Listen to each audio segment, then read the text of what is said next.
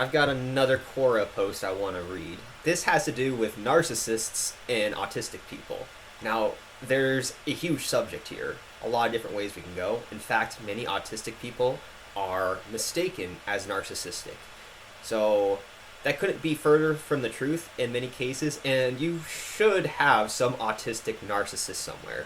So, I think sometimes autistic people become narcissistic, having special interests, being so good in certain areas, and judging neurotypicals unfavorably over time. So we can become narcissistic, doesn't mean we're narcissists. But what I want to talk about is, let me pull it up. Boom. Do narcissists attract Aspies, autistic people?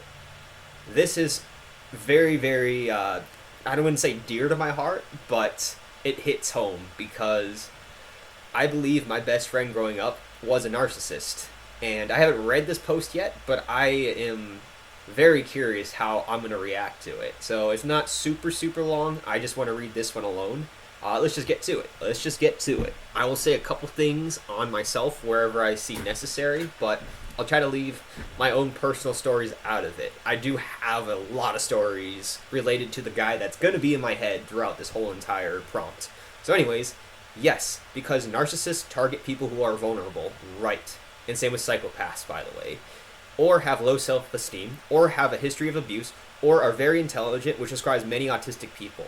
So I'm not a therapist. I'm just an autistic person who got a special interest in psychology eventually due to the fact that I dealt with so much. So I'm just going to say that everything they said in the first line seems like they're spot on in respect to what I know. The vulnerability, the low self-esteem, history of abuse, and being intelligent, because this is a very significant one past these ones. This is saying that a narcissist likes to affiliate with people who have status on top of take advantage of people. So I am kind of on board the first sentence. Okay. They know it is easier to get their hooks into you when you are full of self-doubt, yeah, and they will use an autistic person's inherent good, honest, trusting nature against them. So my best friend ended up being a gaslighter in the end. That really, really, really speaks to me in a lot of ways. He didn't want any better for me than what he had for himself. Got a lot of gaslighting from the guy. More stuff than that, but self-doubt is something that they prey on. Yes, I believe this 100%. Narcissists attract empaths, and many autistic people are empaths. I don't really want to comment too much there.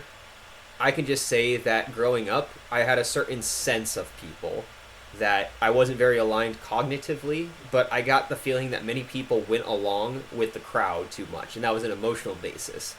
Let me just say that my best friend was not like everyone else, and I could tell this very, very clearly. Basically, he seemed like he wasn't a robot. He seemed like he had his own mind. He didn't just follow the crowd.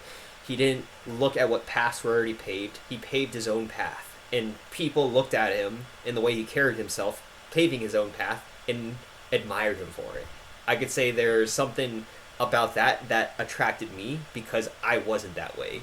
I wasn't the sort of person who followed others, but people didn't want to be like me. People wanted to be like him, even though he didn't follow everyone. But I digress from that. It is when you actually stand up for yourself and set boundaries and say no to a narcissist that they discard you, as I learned, because they realize they can no longer control you and dominate you, and that you won't put up with it anymore. Yes. Yeah. I could say that narcissists, depending on the type, might feign some sort of guilt or whatever when you're done with them stepping all over your boundaries and you point it out. They'll stop for a little bit, but they ease back into it. They'll ease back into it, and you go back to exactly where you were. When you hang out with somebody who is a narcissist, it just feels draining. You're constantly watching your back. You're constantly just feeling like you're being put to the test, and it's uncomfortable. The worst part is you just want them to like you. Okay. All autistic people should be conscious of the fact that they are prey to these people. Yeah. Seriously. And that a narcissist will put on a great show of being caring, yeah, wonderful human being, just long enough to pull you in. That is a little bit Yeah, narcissists do that. That's a little psychopathic as well, by the way. Psychopaths will put on a mask to. They're a little bit more predatory, and that's what that sounds like to me a little bit. Some of this sounds predatory, where narcissists kind of want a social status that they didn't gain. So they all suck. Let's just say it. They all suck. Everyone's human too. It's like there's good aspects of everyone, I'd say, to some degree. Maybe that's too strong of a statement. Yeah, maybe I shouldn't talk like that. Basically, they're hard to deal with, but they're still people. So I don't want to be too harsh on anyone right now. But anyways, when you're autistic, you often don't have the inherent ability to tell if someone has ulterior motives, and you also often don't have a large support network of friends to help you spot a bad relationship. Yeah. So this is just like a twofold sort of issue right here. We're easy prey for more than one reason. Combine being an inherently trustworthy person, threefold. Loyal, honest person who thinks everyone is equally loyal, honest, and trustworthy, with being someone often plagued by anxiety or self-doubt, or has with a history of being shunned and bullied, and also has no friend groups to set them straight on things, and you have the perfect prey for relationship predator. This was not really my relationship with my best friend. It was a constant struggle of him trying to maintain a position of authority, because in high school, I didn't care. I admired him. Let him be that position of authority. But he got addicted to drugs. He didn't realize black tar heroin and cocaine and MDMA will cause you issues if you start when you're a sophomore in high school. I wanted the best from him. When he went to rehab. I was glad for him. He wasn't happy for me when I started showing my worth in being a scientist. He was jealous of me, and so it wasn't that he was a predator throughout the whole entirety of our relationship, but when he saw that I was climbing the ranks past what he was at, he wasn't happy for me. And so I wouldn't say he was a predator here. He just wanted that unearned social status, and he didn't feel like he got it anymore around me. So instead of being happy for me, he tried to sabotage me. And I don't want to get into that right now, but his main tool was gaslighting. But anyways, I was married to a narc for 8 years. I'm sorry. I didn't even realize I blamed myself for the problems because it had to be my fault because I'm autistic. Yeah, this is what a narcissist wants you to do. In reality, I never had any of the issues I had with him, with anyone else in my life. I know now that it was him.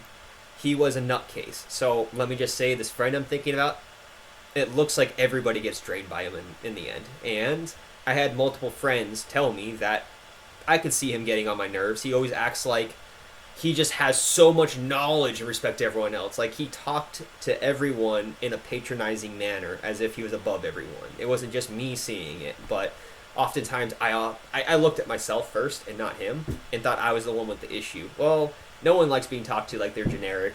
No one likes being talked to in a condescending way. And autistic people just happen to be the type of person to put up with it much easier than almost anyone else. But he was a nutcase. In many ways, narcissists are a nutcase. They are very insecure and only want to be seen as secure. Many times. So, yeah, that is crazy in a lot of ways. That's not a happy existence, and it drives them to do crazy things. I'm glad I am out of it. Me too, let me tell you, me too. There was a lot of regret and letting go and years of not feeling good about myself, but now that I've gotten through it, I'm so glad I didn't stay in that relationship. I am so glad. And I wasn't married to the guy. Oh God, I can't even imagine being married to one of these things. I just said I don't want to talk bad about people, but I just called narcissists things. Oh well, some of them are. But if I can help another autistic person avoid that kind of thing, it'll be something. And don't think it'll never happen to me. I'm sharper and smarter than that. I'm also smart, intuitive, and was even aware of tendencies for autism to be taken advantage of, and fully determined it wouldn't happen to me, and still it did. Yeah, it's like in the moment, it's very hard to not be polite. And I think autistic people have that tendency to try to not stir the pot too much. And so it's just a proclivity for politeness a lot of times. Let people get away with bad behaviors. You can see the narcissist acting like a narcissist. You can see the gaslighting happening. And it's hard to call them on it. It really is. I wish we had more tools to work with these type of things. But, you know, it's difficult. It's difficult. And I think autistic people tend to try to not stir the pot too much. I wouldn't say we're the most polite people. A lot of times we're seen as rude and narcissistic for various reasons, but we let bad behavior slide, and so it makes us susceptible to this narcissistic abuse in many ways.